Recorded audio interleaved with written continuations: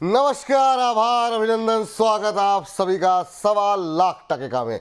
सवाल लाख टके का में आज कई सारे सवाल हैं। हालांकि ऊपरी स्तरों से बाजार फिसला है, लेकिन बड़ा सवाल ये है कि क्या इस रैली में 22,800 के स्तर तक जाता हुआ निफ्टी दिखाई देगा। इस हफ्ते नहीं तो क्या अगले हफ्ते 22,800 तक की रैली क्या ये कंटिन्यू होती हुई दिखाई देगी।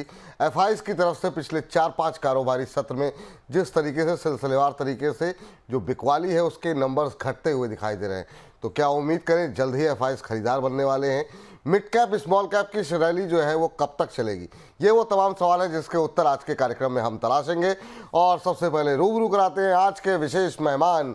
हमारे साथ जुड़ चुके हैं, हमारे साथ प्रशांत जी जुड़ चुके हैं। प्रशांत सर, बहुत बहुत स्वागत आपका आज की इस चर्चा में जुड़ने के लिए, सीनियर वीपी मेहता इक्विटीज़ के। और प्रशांत, आपसे सर आपको का इंट्रोडक्शन तो हो गया, लेकिन इंट्रोडक्शन एक अलग तरीके से भी कराते हैं। आज सुबह 10 बजे भी हमने दर्शकों को बताया था और एक बार फिर से बता देते हैं कि क्या किस तरह का एनालिसिस प्रशांत सर करते हैं। कल जो हम लोग 10 बजे के शो में थे तब प्रशांत जी ने एक रिकमेंडेशन दी थी, ज़रा स्क्रीन पर लेके आइए, देखिए। जेन टेक्नोलॉजी पे उन्होंने बात की थी, 1145 के आसपास का भाव था और 1250 के लक्ष्य के लिए खरीदारी करने की सलाह उनकी तरफ से दी गई थी। 24 घंटे का वक्त बीता नहीं कि इस शेयर ने अपने लक्ष्य को ज़बरदस्त तरीके से हासिल किया। आज अगर हम देखें तो जो इंट्राडे लेवल पे 1299 करीब 1300 का लेवल जो है वो टेस्ट करके वापस आया है। तो ये ताकत है प्रशांत जी की कि किस तरीके से रिकमेंडेशन उनकी रहती है, किस तरीके का चार्ट को वो पढ़ते हैं, देखते हैं। अभी भी देख रहे हैं हम 1277 यानी कि जो टारगेट उन्होंने दिया था उसके ऊपर ही ट्रेड करता हुआ। एक समय अपर सर्किट भी इसमें लगता हुआ दिखाई दिया था 10% का। तो ये स्थिति है। प्रशांत सर, स्वागत आपका एक बार फिर से। पहली टिप्पणी बाजार पर, किस तरीके से देख रहे हैं बाजार को, क्या अगले हफ्ते हम उम्मीद करें 22,800 निफ्टी छू सकता है क्या? देखो, आज हम लोग वीकेंड में बैठे हुए हैं तो फिर से मुझे लगता है कि थोड़ा सा मार्केट यहाँ पे स्टेबलाइज होने की कोशिश करेगा। आज भी ओवरऑल मार्केट नेगेटिव ही है। ओनली मुकेश जी का जो कंपनी है रिलायंस, वो जो ऑलमोस्ट 60 पॉइंट्स लेके वो स्ट्रॉन्ग खड़ा हुआ है, तो अगर वो मैं निकाल के देखता हूँ तो मार्केट आज भी 50-80 पॉइंट नेगेटिव निफ्टी में ही ट्रेड कर रहा है। तो मुझे लगता है थोड़ा सा मार्केट ट्रेंड न्यूट्रलाइज हो रहा है। लास्ट 2-3 दिन में जो हमने जो रैली देखा था, ऑलमोस्ट 580 पॉइंट तक हमने लोअर लेवल से रिकवरी देखी है।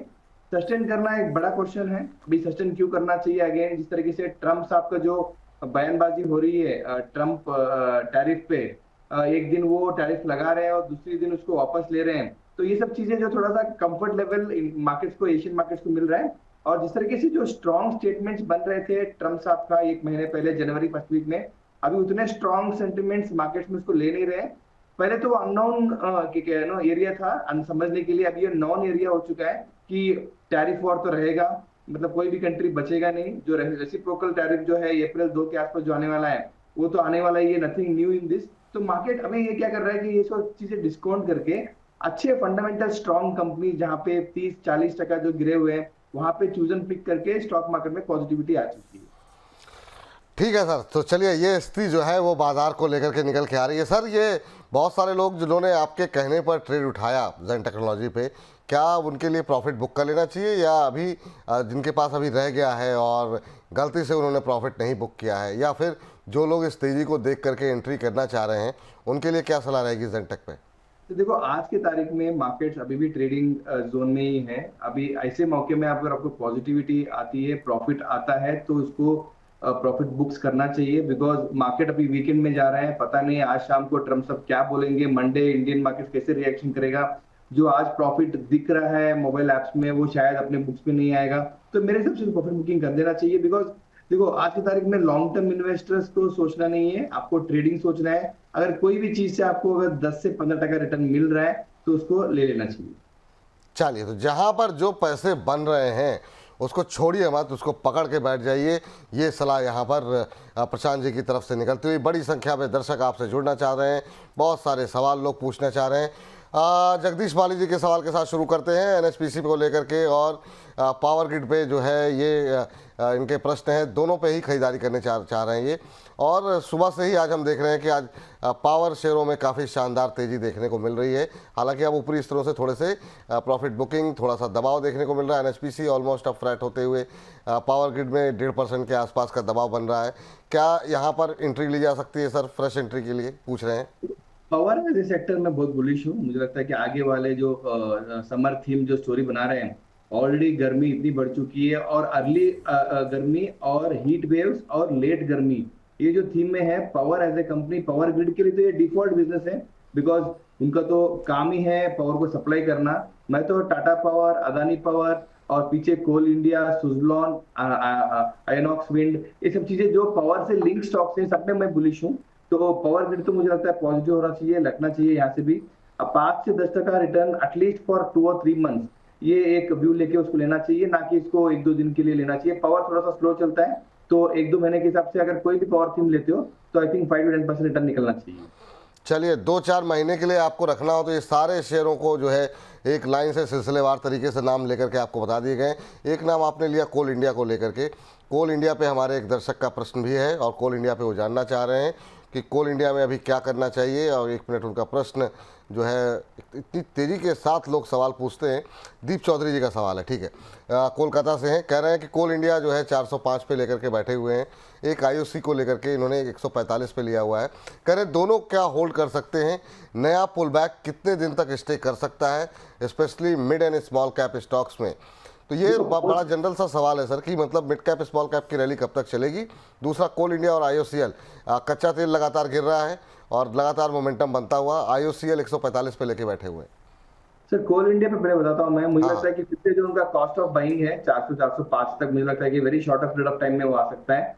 तो वो टाइम पे मार्केट का मूड क्या रहेगा, वो सबसे देख के हम लोग एडवाइस करेंगे। टाइम बिंग पॉजिटिव है, 280 के आसपास जो चल रहा है अभी, ऑलमोस्ट मुझे लगता है कि 15-20 रुपए का मोमेंटम वेरी शॉर्ट पीरियड में आ सकता है। मेरा एडवाइस उनको होल्ड रहेगा। बाकी जो ओएमसीज के बारे में पूछ रहे हो और क्रूड के बारे में पूछ रहे हो, मुझे लगता है कि आगे जाके क्रूड क्रूड बिलो $70 ही रहने वाला है, और वो अच्छी चीज है इंडिया के लिए। जिस तरीके से इन्फ्लेशन को बेनिफिट होगा और इनडायरेक्टली ओएमसी कंपनीज को भी बेनिफिट होगा उनका मार्जिन इंप्रूवमेंट होने के लिए। अगर किसी ने अभी तक भी ओएमसी में अगर ट्रेड नहीं किया तो मुझे लगता है कि एमआरपीएल, चेन्नई पेट्रो, ये दोनों स्टॉक में थोड़ा सा अभी भी अपसाइड बाकी है। आईओसी, बीपीसीएल और एचपीसीएल में मुझे लगता है कि अपसाइड बहुत लिमिटेड है। ओवरऑल ट्रेंड पॉजिटिव है, बट मुझे लगता है कि जो अगर किसी को ये ओएमसी में ही खेलना है तो मुझे लगता है कि 10-15 रुपए जो मोमेंटम है वो चेन्नई पेट्रो और या एमआरपीएल, ये दोनों स्टॉक में मुझे मोमेंटम लग रहा है। ठीक है, तो ये रहा यहाँ पर एमसी इसको पे निकल के आ रही है, कोल इंडिया पे लेकर के निकल के आ रही है। इस बीच गोरखपुर से हमारे साथ अगले दर्शक जुड़ चुके हैं। सर नमस्कार। नमस्कार सर, विपुल जी। कैसे हैं सर आप? थैंक यू सर, अच्छे हैं सर। और कैसा लग रहा है हमारे कार्यक्रम कैसे लग रहे हैं सर? बहुत शानदार सर, इससे बेहतर कार्यक्रम मैंने अपने जीवन में कभी नहीं दिया। जहाँ पर अरे सर, ये तो आपका, ये सर आप लोगों का बड़प्पन है, आप लोगों का प्यार है। बस आप लोग अपना प्यार ऐसे ही बनाए रखिए। गोरखपुर में सर लोग देख रहे हैं बोनस को, और नहीं देख रहे हैं तो आपकी जिम्मेदारी है कि आप लोगों को सब्सक्राइब करवाएं। जितने लोग शेयर बाजार में ट्रेड कर रहे हैं, तो ये जिम्मेदारी आपकी है सर। ठीक है सर, थैंक यू। क्या प्रश्न है सर आपका? सर नेस्ले इंडिया है 2140 का, 2140 रुपए का खरीदा है, 300 शेयर। 2140? जी सर। अच्छा, 2140 पे इन्होंने ले रखा है, प्रॉफिट में है। चलिए, अब अच्छी बात यह है कि बड़े दिनों बाद ऐसे दर्शक आ रहे हैं जो उनके पास थोड़े से पैसे मुनाफे में भी हैं। कितने समय तक होल्ड कर सकते हैं सर? सर ये तो मैं बेसिकली लॉन्ग टर्म होल्ड करना और एसआईपी से करना चाहता हूँ, तो इसका उचित लेवल मेरे को पता चल जाता कि कहाँ से एसआईपी करना है और टारगेट क्या है। अच्छा, ठीक है सर, अच्छी रणनीति है आपकी। एसआईपी करना चाह रहे हैं सर यहाँ पर। अभी करीब 100 रुपये के आसपास पर शेयर का इनको मुनाफा हो रहा है। थोड़े थोड़े शेयर हर महीने एक्युमुलेट करना चाह रहे हैं, लेवल समझना चाह रहे हैं कहाँ से एंट्री करें। क्या ये एसआईपी लायक शेयर है? नेस्ले इंडिया पे आपकी टिप्पणी क्या होगी सर? तो ओवरऑल पॉजिटिव है। जिस तरीके से एफएमसीजी सेक्टर में जो आगे जाके कंजम्पशन स्टोरी से जो बेनिफिट मिलने वाला है वॉल्यूम ग्रोथ से, तो नेस्ले हो, एचयूएल हो और कोई भी अदर बड़ी कंपनी हो, उस पर बेनिफिट तो आएगा ही। इन्होंने तो नेस्ले लिया, मुझे लगता है कि अपसाइड यहाँ से अभी भी मुझे लगता है कि 250-300 रुपए का है short term to medium term के हिसाब से, बट उनका जो व्यू है वो लॉन्ग टर्म के लिए है और स्टॉक को एसआईपी की तरह खरीदना चाहते हैं। देखो अभी ट्रेंड तो पॉजिटिव है। आप एसआईपी जब ये हायर ट्रेंड में खरीदोगे तो कॉस्ट ऑफ बाइंग आपका बढ़ते जाएगा। तो मैं आपको ये सलाह दूंगा, देखिए जब भी मार्केट खराब रहेगा, इसमें जो 50-30 रुपए 20 रुपए जब कम रहेगा, वो टाइम पे उसको आपको एक्युमुलेट करने की कोशिश करना। बाकी अगर एवरी मंथ आप ट्राई करोगे 1 से 5 तारीख के अंदर आपको लेने के लिए, तो शायद मार्केट अगर यहाँ से पॉजिटिव ट्रेंड अगर ले लिया है तो तो एवरी टाइम आपको 50 रुपए ज्यादा भाव देके उसको लेना पड़ेगा फॉर लॉन्ग टर्म के लिए। बट जब तक आप 12 महीने तक वो करते करते रहोगे, कॉस्ट बढ़ते जाएगा और उसका प्रॉफिट कम हो जाएगा आपको। तो मुझे लगता है कि अगर यही शेयर को आपको लेना है तो मुझे लगता है कि एवरी डिप, मतलब जब भी इसमें डिप आता है वो दिन उसको इमीडिएटली एक्यूमुलेट कीजिए, तो सो दैट आपका कॉस्ट ऑफ प्राइस कम हो जाए और लॉन्ग टर्म इन्वेस्टर के लिए वो बेनिफिट हो जाए। अगर किसी को अगर कंजम्पशन स्टोरी पे ही किसी को अगर इन्वेस्ट करना है, लॉन्ग टर्म के लिए करना है, तो म्यूचुअल फंड में एसआईपी करो। आपको कंजम्पशन थीम बेस्ड बहुत सारे स्टॉक्स फंड्स मिलते हैं, वहां पे इन्वेस्ट कर सकते हो। बिल्कुल अच्छी रणनीति बताई है। एसआईपी करनी है तो म्यूचुअल फंड में करें, क्योंकि अब जो अगर मार्केट रिकवर करता है और आप धीरे धीरे करके खरीदेंगे तो आपकी कॉस्ट बढ़ती जाएगी, तो वो स्ट्रेटजी सही नहीं होगी यहाँ पर। उससे अच्छा म्यूचुअल फंड में एसआईपी करें। हाँ, गिरावट में ज़रूर खरीदारी कर सकते हैं, शेयर में फंडामेंटली कोई इशू नहीं है, ये प्रशांत जी का मानना है। चलिए, सरकार साहब का प्रश्न है, कह रहे हैं कि सर टाटा स्टील में प्रॉफिट बुक करें या वेट करें। सर अच्छी रैली आ चुकी है टाटा स्टील में, और जब से चाइना ने जो है प्रोडक्शन कट किया है, लगातार लोगों के प्रश्न आ रहे हैं क्या करना चाहिए। 152 के आसपास ट्रेड करता हुआ, अब इन्होंने जो इतना सब आप लिख रहे थे सर सरकार साहब, तो ये भी सरकार आप लिख देते कि आपने किस भाव पे लिया हुआ है। लेकिन क्या ये प्रॉफिट बुक करने का टाइम है, या फिर जो लोगों से लगता है कि मिस हो गया हमसे, हम खरीद नहीं पाए, क्या यहाँ पर और भी ज़्यादा अभी अपसाइड बाकी रह गया है? 5 दिन के अंदर 11-11% की रैली आ चुकी है सर। सर दो स्ट्रैटेजी है मेरे पास। देखो, मेटल एज ए सेक्टर बहुत पॉजिटिव हूँ। जिस तरीके से चाइना से जो इकोनॉमिक डेटा इनपुट्स आ रहे हैं, तो ग्लोबली मेटल इंडस्ट्री थोड़ा पॉजिटिव रहेगा और थोड़ा सा डॉलर इंडेक्स से भी सपोर्ट मिल रहा है। बट रैली अभी बाकी है, मुझे लगता है कि 160-165 तक भी ये स्टॉक जा सकता है, बट टाइम लिमिटेशन है एटलीस्ट 1-2 महीने के हिसाब से। तो आपका जो स्टॉप लॉस है या आपका जो लॉस का जो लेवल है वो आपको बढ़ाते जाइए। जो मतलब मैं बोल रहा हूँ, increase your stop loss to the profit levels. अगर मैं आपको यहाँ पे पूछूंगे तो क्या करना चाहिए, तो 146 आप एक स्टॉप लॉस लगा दो ना वहां पे। अगर कोई भी रीजन से अगर प्रॉफिट बुकिंग आता है 146 में, आपका यहाँ पे स्टॉक कट जाएगा। But even though you are in profits, क्या होगा कि अगर कल ऊपर जाने की कोशिश करें तो 146 टच नहीं किए तो कल फिर उसको इंक्रीज कर देते हैं। तो रोज आपको एक 2-2 4-4 रुपए उसको प्राइस इंक्रीज करते जाना और उसको रैली को रेड करते रहना। ठीक, तो ये राय जो है यहाँ पर निकल करके आ रही है टाटा स्टील को लेकर के। इस बीच वैशाली जी का सवाल पूछते हैं, और वैशाली जी का सवाल के साथ साथ दर्शकों को बता दें कि अब कल है महिला दिवस, तो महिला दिवस से पहले जो है जितनी महिलाओं के प्रश्न रहेंगे उनको आज थोड़ी सी ज़्यादा तरजीह दी जाएगी। तो महिलाओं के सवालों को पर विशेष हमारा जोर रहेगा आज, क्योंकि आज है महिला दिवस। और अभी से 15 मिनट बाद हमारे साथ एक महिला विश्लेषक भी जुड़ जाएंगी, हमारे साथ आस्था जैन भी रहेंगी। हालांकि बहुत देर के लिए नहीं, 15-20 मिनट के लिए रहेंगी, पर वो रहेंगी हमारे साथ, तो आप लोगों को उनसे भी उत्तर दिलवाएंगे। वैशाली जी का सवाल सर आपसे ये है कि इनके पास एंजल वन के शेयर ले रखे हैं 2500 के भाव पे, और हीरो मोटोकॉर्प ले रखे हैं 4800 के भाव पर। कह रहे हैं कि क्या अभी एवरेज और करना चाहिए मुझे, कह रहे हैं बहुत लॉस में हूँ, कृपया एडवाइस करें। ये जितनी ब्रोकिंग कंपनियां हैं सर, काफ़ी अच्छे रिटर्न इन्होंने एक टाइम पे दिए, और हम देखते थे महीने 2 महीने पे कंपनी के बिजनेस अपडेट भी लोग जारी करते थे, इतने नए डीमैट अकाउंट खुल गए। लेकिन अब वो स्थिति नहीं रही। बाज़ार की इस वॉलेटिलिटी ने, बाज़ार की इस गिरावट ने नए कस्टमर तो छोड़िए, बहुत सारे पुराने कस्टमर भी अब पार्टिसिपेट नहीं कर रहे हैं। तो वो एक कंसर्न है इस सेक्टर के लिए। एंजल वन पे आपका व्यू क्या होगा? 2500 पे लेके बैठे। देखो, आपको पहले तो डिसाइड करना है आप ट्रेडर हो कि इन्वेस्टर हो। अगर इन्वेस्टर हो तो मैं बोल रहा हूँ इसको आपको यहाँ पे एवरी डिप पे ऐड ऑन करना चाहिए, बिकॉज अगले 6 महीने से 12 महीने में मार्केट फिर से रिकवर हो जाएंगे, नए अकाउंट्स भी खुलेंगे, लोग नए फिर इन्वेस्ट करने के लिए भी आ जाएंगे। तो इसका जो आपका कॉस्ट ऑफ बाइंग है 2500 के आसपास, वो एटलीस्ट वहां तक आ जाएगा इफ यूर इन्वेस्टर।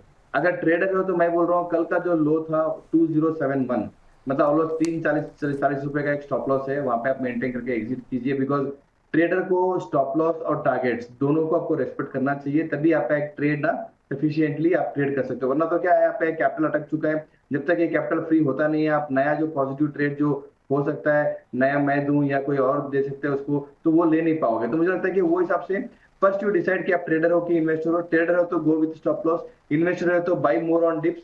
कहाँ तक लेना चाहिए? अगेन 2000 के आसपास, मतलब अगर 2000 के आसपास आता है स्टॉक तो फिर से उसको एवरेज आउट करना चाहिए, but your holding period should be more than 6 months. ठीक है सर, तो ये रहा है यहाँ पर निकल करके आता हुआ एंजल पे। हीरो मोटोकॉर्प भी पे क्या व्यू रहेगा सर? वो 4800 के आसपास लेकर के बैठी हुई है ये वैशाली जी।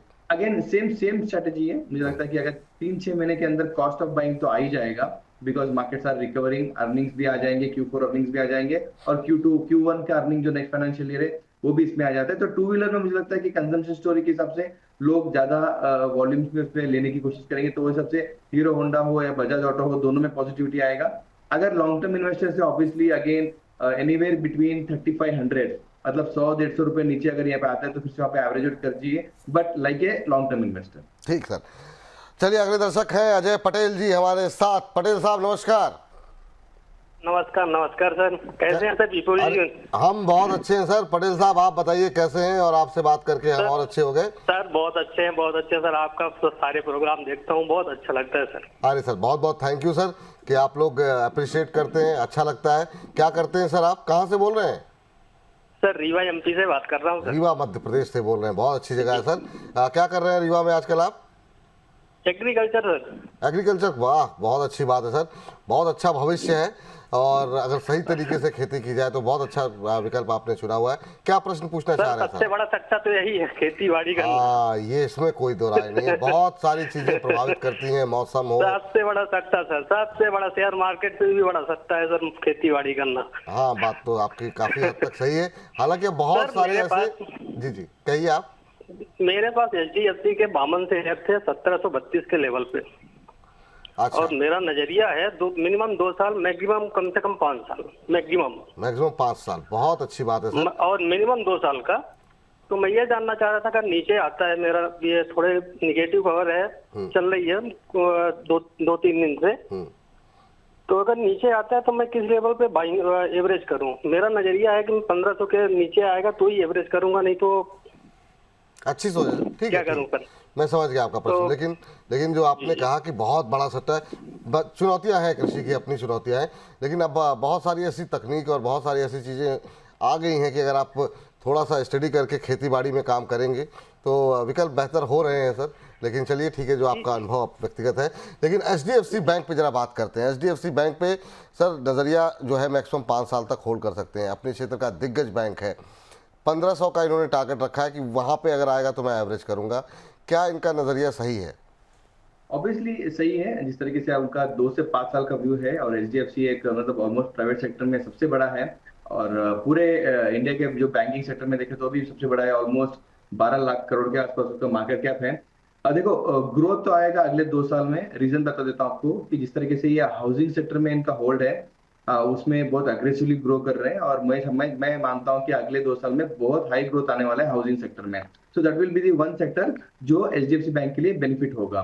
क्या लेवल पे एक्यूमुलेट करना चाहिए? ऑब्वियसली उन्होंने 1500 का रखा हुआ है, बट मैं ये बोल रहा हूँ आप स्ट्रिक्ट मत दीजिए वहां पे, मतलब एक ही लेवल पे लिमिट मत कीजिए। क्या पता वो लेवल आया ही नहीं, तो वो एक चीज होना चाहिए। जब भी ये स्टॉक मार्केट में रेनी डे आते हैं, रेनी डे मतलब जब ये निफ्टी 500 पॉइंट गिरता है, 200 पॉइंट गिरता है, 300 पॉइंट गिरता है, जब HDFC बैंक ऑब्वियसली 2-3% नीचे गिरा होगा, तो वो टाइम पे उसको ना 10 शेयर, 20 शेयर, 100 शेयर करके उसको एक्यूमुलेट करते जाइए। क्या पता है 1500 आए ही नहीं, 1520, 1550 तक उसको रिकवरी दे दे, फिर वहां से वो 2000 हो जाए, तो आप तो रह गए 1500 के आसपास। तो don't look at A price, आप लुक एट ये करो कि जब मार्केट में खराब दिन आते हैं तो उसमें थोड़ा थोड़ा उसमें अपडेट करते जाना। जब भी आपका कॉस्ट ऑफ बाइंग तो कम होने वाला ही है, और लॉन्ग टर्म का भी आपका है ही है, तो ऑब्वियसली आपको प्रॉफिट होगा। करते हैं पटेल साहब, आपको उत्तर मिल गया होगा। इस बीच आज जो हमने टाइटल लिया है वो लिया है कि रेलवे और डिफेंस शेयरों की तेज़ी में क्या स्ट्रेटजी होनी चाहिए। उसी पर एक प्रश्न आया है कृपा शंकर जी का। कृपा शंकर जी जुपिटर वैगन के बारे में जानना चाह रहे हैं और कह रहे हैं 396 की बाइंग है। कह रहे हैं कि जब तक प्राइस आएगा सर तब तक बने रहेंगे, अभी बताइए क्या करना चाहिए। 396 यानी 400 के आसपास की इनकी खरीद है, तो धीरे धीरे करके ऊपर जा रहा है। आपकी खरीद के ऊपर काफ़ी शानदार रिटर्न दिए सर, लेकिन पिटाई हुई है, अच्छी खासी पिटाई हुई है पूरे रेलवे पैक की। जुपिटर वैगन भी उससे अछूता नहीं है। आज 3-3.25% की मजबूती इसमें देखने को मिल रही थी। अभी क्या करना चाहिए सर? जिनके पास है जुपिटर वैगन, क्या अभी होल्ड करके चल सकते हैं? होल्ड भी कीजिए और थोड़ा एवरेज आउट करने की कोशिश कीजिए, because railway as a sector मुझे लगता है 2 साल का स्टोरी है। जिस तरीके से 2 साल पहले स्टॉक ने मल्टी बैगर रिटर्न दिया था, वही काइंड ऑफ रिटर्न तो मैं एक्सपेक्ट नहीं कर रहा हूँ, बिकॉज सबको पता चल गया है कि रेलवे स्टोरी क्या है, डिफेंस स्टोरी क्या है, वैगन की डिमांड क्या है क्या नहीं है, और जुपिटर कितना बड़ा मार्केट शेयर लेके बैठता है वैगन मैन्युफैक्चरिंग में। तो ऑब्वियसली ये स्टोरी सबको पता है। अभी जब नहीं पता था तो स्टॉक में मोमेंटम बहुत आता था, लोगों के वॉल्यूम बढ़ते थे इसके अंदर। अभी तो सबके पास एक पोर्टफोलियो में पड़ा हुआ है। बट यस, आपको ये भाव पे एवरेज होल्ड करने की कोशिश करना चाहिए।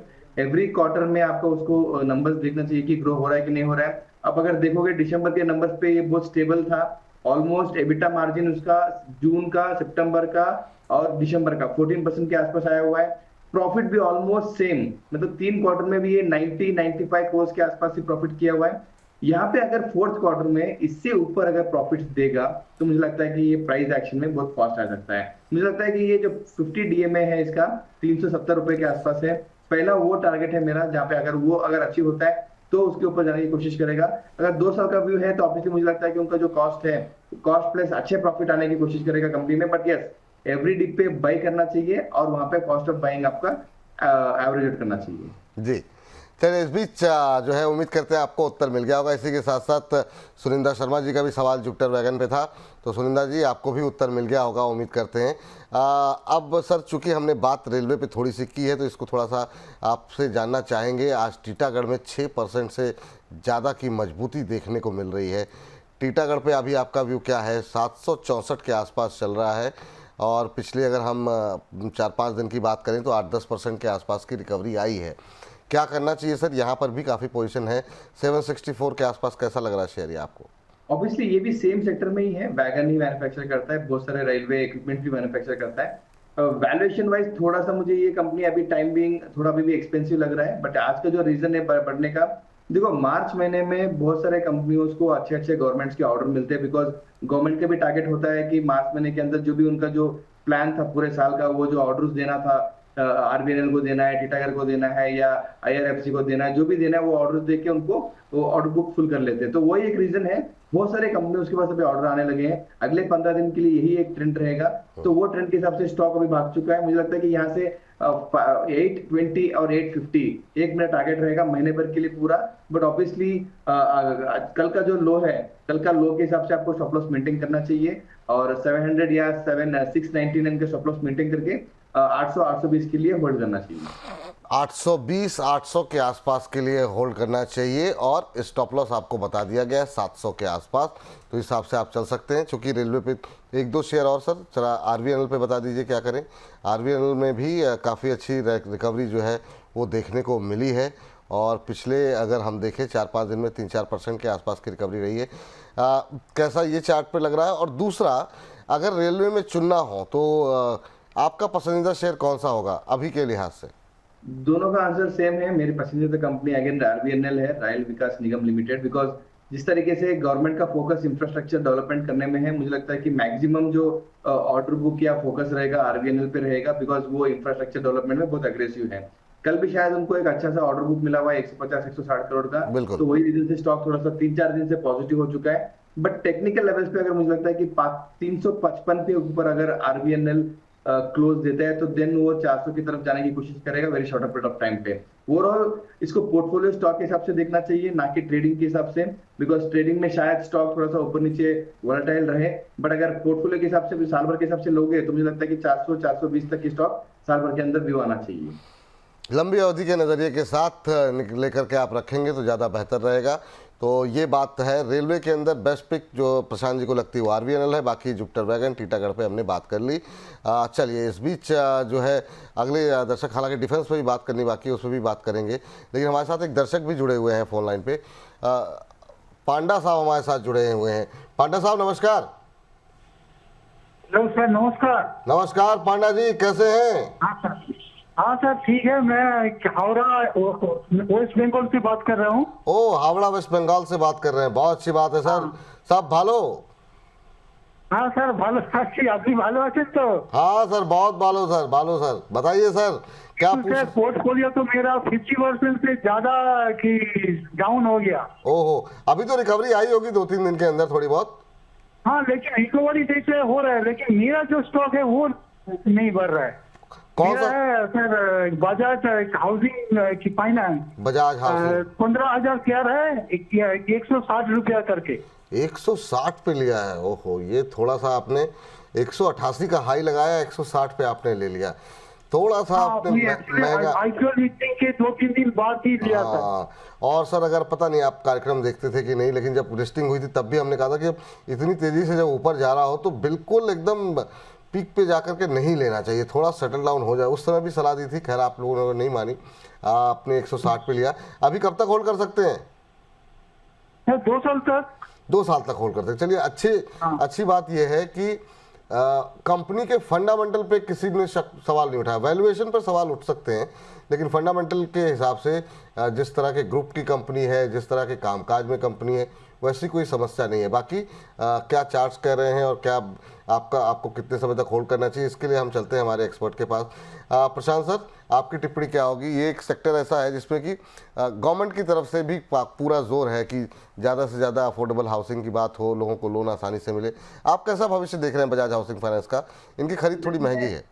जैसे मैं आपको बता रहा था एचडीएफसी के टाइम पे कि हाउसिंग एज ए सेक्टर में बहुत बुलिश हूँ। अगले 2 साल के लिए शायद हाउसिंग एज ए सेक्टर बहुत स्ट्रांगली ग्रो करेगा, और जो भी ये सेक्टर को सर्विस करता है, जैसे कि एचडीएफसी बैंक का लोन हो या हाउसिंग फाइनेंस का जो बजाज हाउसिंग फाइनेंस है, वो भी प्राइवेट सेक्टर में बहुत अग्रेसिवली ग्रो कर रहे हैं। आप लास्ट 5 साल से देखोगे इनका एवीएम ऑलमोस्ट 20-25-30% के हिसाब से एवरी ईयर ग्रो हुआ है। अगर मैं वही चीज अगर हिस्ट्री को अगर आगे अगर वो परफॉर्म करेगा इसे समझ के मैं अगर देखता हूँ, तो मुझे लगता है कि ये स्टॉक 2-3 साल में अच्छे परफॉर्म करेगा। तो ऑब्वियसली उनका व्यू भी 2 साल के लिए है, बट ऑब्वियसली प्राइस थोड़ा बहुत एक्सपेंसिव लेवल पे ले लिया। वो टाइम पे हाई लिक्विडिटी थी, मार्केट में परफॉर्मेंस बहुत चल रहा था, ऑल टाइम हाई के आसपास चल रहा था, तो शायद वो प्राइसिंग के हिसाब से जा चुके हैं। अगर उनको पास कुछ एडिशनल कैपिटल है तो ये कंपनी को अगर एवरेज आउट कर सकते हो, बिकॉज 160 का लेके बैठोगे तो मेरा तो टारगेट अभी यहाँ से ही 140-150 का है, जो शॉर्ट टर्म और मीडियम टर्म के आसपास है, तभी भी उनका टारगेट नहीं आएगा। तो मुझे लगता है अगर कॉस्ट ऑफ एवरेज को कम करने की कोशिश करेंगे एडिशनल थोड़ा सा प्राइस शेयर्स खरीद के, तो शायद उनका कॉस्ट ऑफ प्राइस अगर नीचे आ जाता है 140-130 के आसपास, तो वो बहुत जल्दी से अपना कॉस्ट ऑफ बाइंग के आसपास आ जाएंगे। उसके बाद 2 साल में तो ऑब्वियसली वो प्रॉफिट आना ही है। तो that is my advice, by more on dips. But आपने 2 साल बोला है तो 2 साल के लिए आप पेशेंस रखिए, 2 साल में अच्छा प्रॉफिट आ जाएगा आपको। बट ऑब्वियसली थोड़ा सा ये जो डिप हुआ है अभी, उसका एडवांटेज आपको लेना चाहिए। बाय ऑन डिप, ये स्ट्रेटजी की सलाह आपको दी जा रही है, गिरावट में खरीदारी की सलाह है यहाँ पर। और इस बीच दीपक जुगत जी गेल के ऊपर जानना चाह रहे हैं। 160 के भाव पर इन्होंने खरीदा हुआ है गेल के शेयर को। अब जानना चाह रहे हैं कि क्या स्ट्रेटजी होनी चाहिए। अभी गेल का भाव देखें तो 158 है, तो ज़्यादा नुकसान पे तो नहीं है, आप ब्रेक इवन के आसपास ही हैं। आज 2% थोड़ा सा दबाव है यहाँ पर, उसका असर जो है थोड़ा 1-2 रुपये नीचे हो गया आपकी खरीद से। गेल में क्या करें सर? गेल को भी लेकर के फंडामेंटल जो एनालिस्ट हैं काफ़ी बुलिश हैं, और उनका मानना ये है कि आगे चल के अच्छा करेगा। हालांकि पिछले 1 महीने में करीब 7-8% के आसपास का नेगेटिव रिटर्न रहा है यहाँ पर। आपकी टिप्पणी क्या होगी गेल को लेकर? सो ओवरऑल फंडामेंटल जैसे आपने बताया कि वैल्यूएशन वाइज बहुत कंफर्टेबल है, नया इन्वेस्टर यहाँ पे भी ले भी सकता है, बट इसको अभी टाइम बिंग ना एज ए ट्रेडर सोचना चाहिए। मुझे लगता है कि अपसाइड और डाउनसाइड दोनों लिमिटेड है। अपसाइड मुझे 170-175 ये रेंज ही लगता है कि very shorter period of time, 15-20 दिन 1 महीने का जो पोजिशनल लेवल है वो आ सकता है। तो अगर उनका कॉस्ट ऑफ बाइंग 160 है तो 170-175 के रेंज में एज ए ट्रेडर आप बुक कर दीजिए। मुझे लगता है कि आपको बुक करके बाहर आना चाहिए वहां पे, because long term story obviously है, बट उसमें बीच में बहुत वोलेटाइल रहेगा, because gas as a business is a global commodity. Global markets बहुत इंपॉर्टेंट होते हैं, जैसे रशिया कैसे गैस आता है, वहां से चीज क्या प्राइसिंग होगा, और यूएस का भी क्या ये जो टैरिफ के ऊपर गैस कंपनी सेक्टर पे कैसे इफेक्ट करेगा, ऐसे बहुत सारे क्वेश्चन रेज होने वाले हैं। तो अगर इन बिटवीन आपको 170 प्लस आता है तो मुझे सबसे वहां पे प्रॉफिट बुक करके बाहर आ जाना चाहिए। जी चलिए, तो ये राय गेल पर है। विधि जी से बातचीत कर लेते हैं। विधि जी को नमस्कार। नमस्कार सर। कैसी हैं विधि जी आप? बढ़िया बढ़िया सर। चलिए, कहाँ से बोल रही मैम? नागपुर से बोल रहे हैं सर। नागपुर से बोल रही हैं, नागपुर महाराष्ट्र से आप। बहुत अच्छी बात है मैम। क्या करती हैं वहाँ पर आप? सर मैं हाउसवाइफ हूँ। चलिए, हाउस वाइफ नहीं, होम मेकर हैं आप, और जिस तरीके से आप पूरे घर को, आप लोगों की पर जो बड़ी जिम्मेदारी है बखूबी निभाती हैं, और आप ही लोगों की वजह से हमारे और प्रशांत जी जैसे लोग निश्चिंत पूर्वक होकर अपने अपने काम को अंजाम दे पा रहे हैं। बताइए मैम, क्या प्रश्न है आपका? सर बालाजी माइंड से मुझे क्वेश्चन था। मेरा 2400 पाया था 50 शेयर, तो वो कब से मेरा एक हो गया 7-8 महीने से ज्यादा। रेट एक बार बता दीजिए फिर से। सर आपने किस रेट पर लिया? सर 24 पे लिया है। ओहो, अब तो काफी लॉस में है आप। कब तक होल्ड कर सकती हैं इसे आप? सर मैं 1 ईयर होल्ड कर सकती हूँ। एक्चुअली मैम, थोड़ा सा अगर आप जब भी कोई शेयर लेना तो कोशिश ये करें कि मतलब कंपनी से जुड़ी हुई जो न्यूज़ है उस पर भी थोड़ा सा एक नज़र रखें। अब जैसे रिजल्ट्स जो कंपनी के आए थे वो काफ़ी ख़राब रहे, तो जब इस तरह के रिजल्ट्स वगैरह ख़राब होने लगते हैं तो फिर समस्या होती है कि सर वो तब उस समय बहुत अच्छे मूव में था। मैम अगर रिजल्ट खराब हो गए तो फिर कितना भी अच्छा मूव हो, खराब हो जाते हैं फिर बाद में शेयर। चले कोई नहीं, अभी तो आपने ले रखा है, कोई बात है, अब तो है आपके पास। सर तो जीएसएफसी में भी पूछना था। किस पे? जीएसएफसी। जीएसएफसी, हाँ सर। वो किस रेट पे लिया आपने? सर वो मेरा 230 का रेट है। 230 का रेट है। चलिए खैर, अब फर्टिलाइजर शेयरों में तो तेजी देखने को मिल रही है, लेकिन फर्टिलाइजर में भी मतलब जो शेयर ज़्यादा चल रहे हैं वो आपके पास नहीं है, कोई बात नहीं। लेकिन पहले जरा बालाजी अमाइंस पे पूछ लेते हैं। सर क्या सलाह रहेगी बालाजी अमाइंस को लेकर के आपकी? अभी 178 के आसपास, माफ़ कीजिएगा, बालाजी अमाइंस अभी जो चल रहा है वो चल रहा है 1300 के आसपास। आपकी टिप्पणी क्या होगी सर? सर ओवरऑल मुझे लगता है अभी भी फंडामेंटली बहुत सारे इंपॉर्टेंट चीज को ध्यान रखना चाहिए। जैसे आपने बताया कि जो क्वार्टरली रिजल्ट्स हैं, लास्ट 3 क्वार्टर से इसके रिजल्ट्स खराब आते जा रहे हैं, तो मुझे लगता है वही एक रीजन रहा हुआ है। ये ऑलमोस्ट ऑल टाइम हाई 2500 के आसपास था और उसके कॉस्ट ऑफ बाइंग भी उसके नीचे ही है। तो थोड़ा सा वेट एंड वॉच स्ट्रेटेजी है। थोड़ा सा अगर अकुमुलेट कर लेंगे और थोड़ा लॉन्ग टर्म के हिसाब से सोचेंगे तो शायद कॉस्ट ऑफ बाइंग के आसपास आने की कोशिश करेगा। बट टाइम बिंग इसको आप ट्रेडर के हिसाब से मत सोचिए, इसको टाइम बिंग ये 1-2 क्वार्टर के लिए सेम अगर स्लोली बढ़ेगा ये चीज। बट ओवरऑल मुझे लगता है कि सेक्टर अभी भी अंडर प्रेशर है। जैसे आपने बताया कि शेयर लेने से पहले आपको थोड़ा सा जानकारी रखना चाहिए और लेने के बाद आपको एक स्टॉप लॉस को भी मेंटेन करना चाहिए। फंडामेंटल हो, लॉन्ग टर्म हो, ट्रेडिंग हो, एक स्टॉप लॉस मेंटेन करना चाहिए। अगर आप मुझे पूछोगे कि फंडामेंटल स्ट्रॉन्ग कंपनीज में कब एग्जिट करना चाहिए, 20% ऑफ द कॉस्ट, अगर आपके कॉस्ट ऑफ बाइंग से 20% आ जाता है तो मुझे लगता है कि कोई भी मार्केट ट्रेंड में हो, अगर स्टॉक 20% लॉस देते तो वहां पे आपको एक बार एग्जिट करना चाहिए। एग्जिट करने के बाद आपको उसके ऊपर थोड़ा सा रिसर्च करना चाहिए कि कंपनी में क्या खराब हुई, मार्केट ट्रेंड क्या रहा हुआ है, वो सब सोच समझ के उसको जाना चाहिए। अगर आपने सोचो अगर यही स्टॉक को आपको 20% लॉस में क्लोज करते तो शायद आपका ये 30% जो एक्स्ट्रा लॉस हुआ है वो आपको बच जाता। तो जी always maintain stop losses for any trade. उम्मीद करते हैं कि आप इस बात को समझ गई होंगी। दूसरा प्रश्न इनका जीएसएफसी को लेकर के था।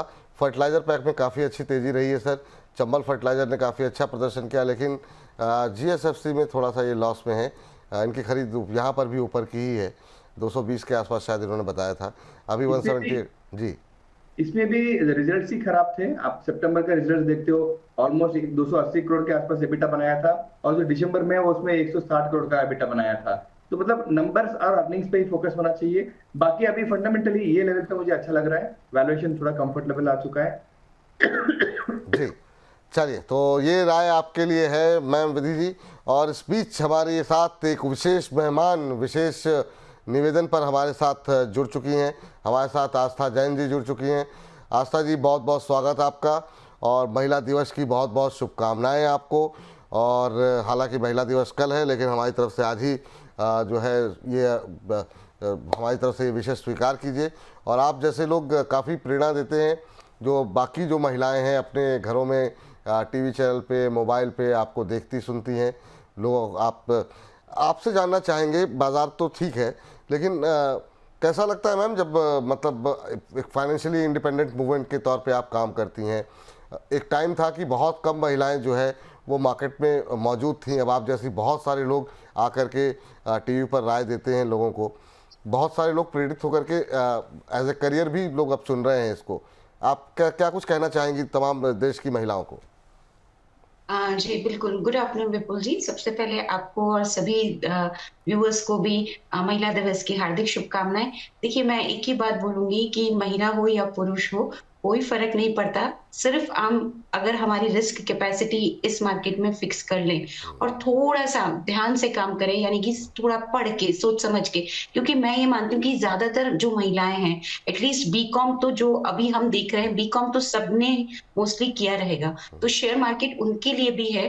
कुछ नहीं करना, सिर्फ बीएसई इंडिया की वेबसाइट पे जाइए हमने सबने बीकॉम या फिर बीए वगैरह भी किया होगा, तो थोड़ा बहुत अगर आप टर्मिनोलॉजी समझेंगे फाइनेंशियल्स की कि कंपनी प्रॉफिट में है कि नहीं, इतना भी अगर हम समझ के नतीजे देखने लगे तो हम हमारे इन्वेस्टमेंट को काफी अच्छा बना लेंगे।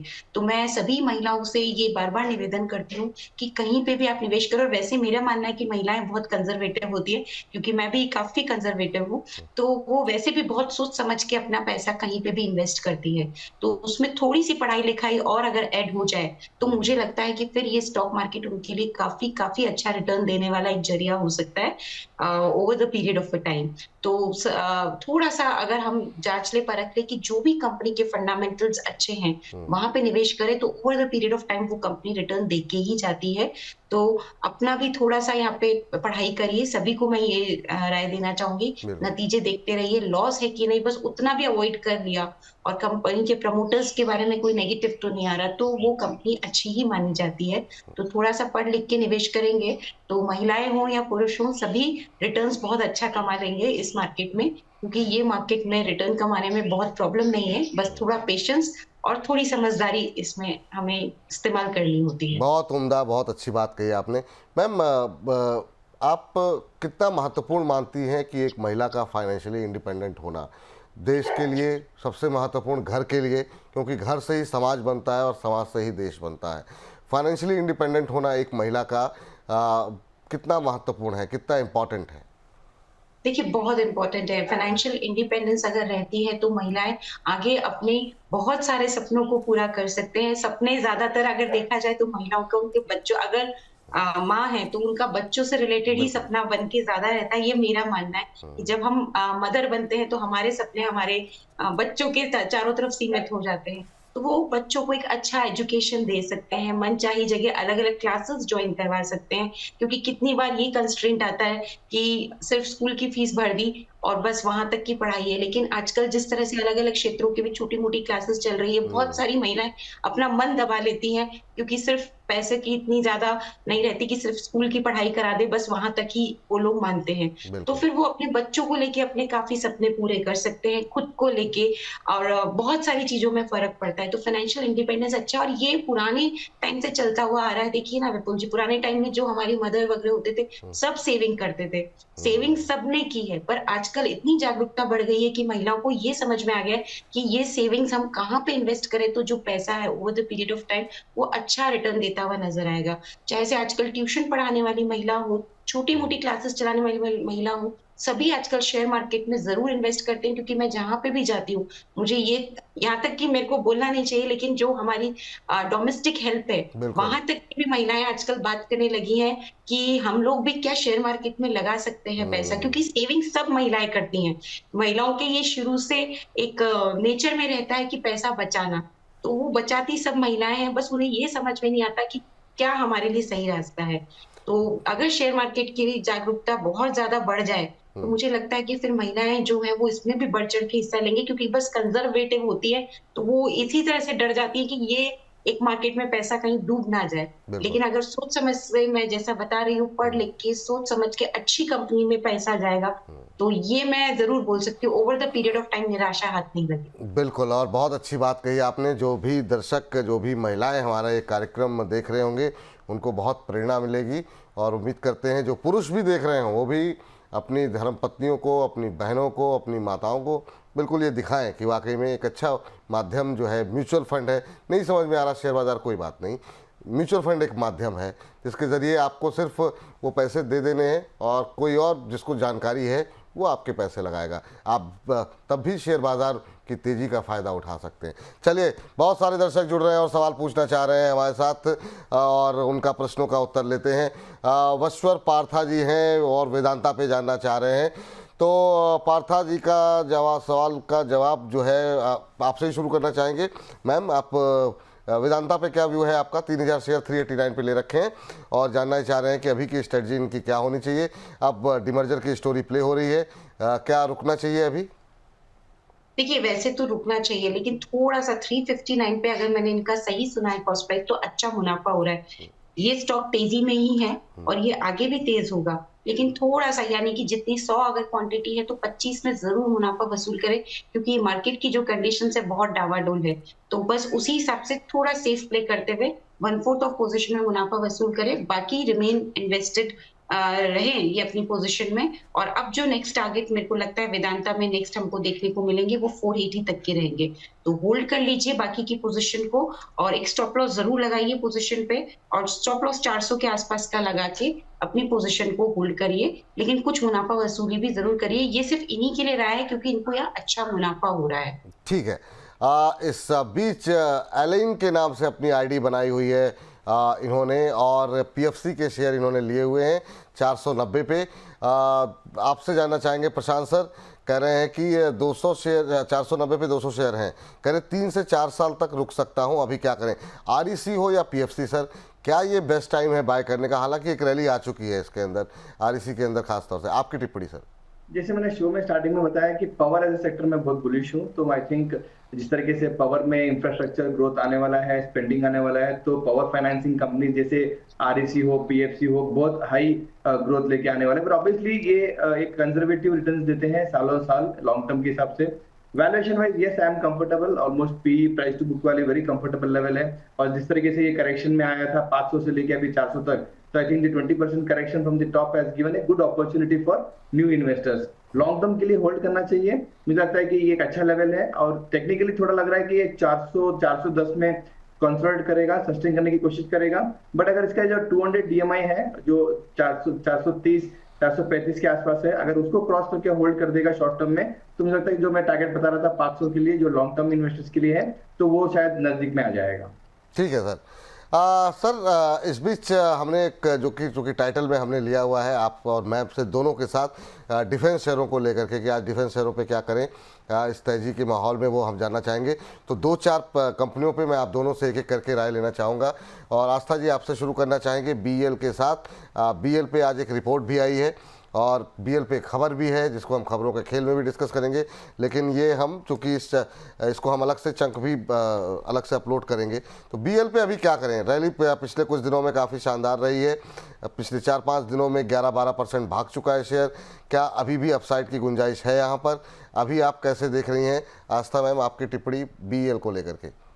देखिए अपसाइड की बिल्कुल गुंजाइश है, और नेक्स्ट टारगेट इसमें आप 299 और 300 मतलब 300 तक जाने की गुंजाइश ये काउंटर रखता है। तो वहां तक बिल्कुल इसको होल्ड करें। चार्ट्स पे भी मजबूत पोजीशन में बना हुआ है, सो मैं यहाँ पे बने रहने की ही सलाह दूंगी। स्टॉप लॉस 243 का रखें, 243 का, और 300 के टारगेट के लिए होल्ड कर सकते हैं। इनफैक्ट अगर थोड़ी सी गिरावट आती है, मेरे हिसाब से गिरावट कहाँ तक 275 270 के आसपास, तो वहां पे नई खरीदारी भी की जा सकती है। फ्रेश बाइंग के लिए 275 270 यानी 2-4 रुपये और टूट जाए तो आप खरीद सकते हैं इसको। ये बीएल के लिए राय निकल के आ रही है। बीएल से बात जो है प्रशांत सर, बीडीएल पे बता दीजिए। 7% ऊपर शेयर 1140 का लेवल देखने को मिल रहा है इस समय, 1140 का स्तर, 7% की तेज़ी है आज, काफ़ी अच्छा मोमेंटम बनता हुआ दिखाई दे रहा है। क्या इसमें भी और ज़्यादा अपसाइड है? पिछले 5 दिन में 17% चल चुका है। फ्रेश एंट्री के लिए क्या लेवल सही रहेंगे, और जिनके पास है वो क्या करें?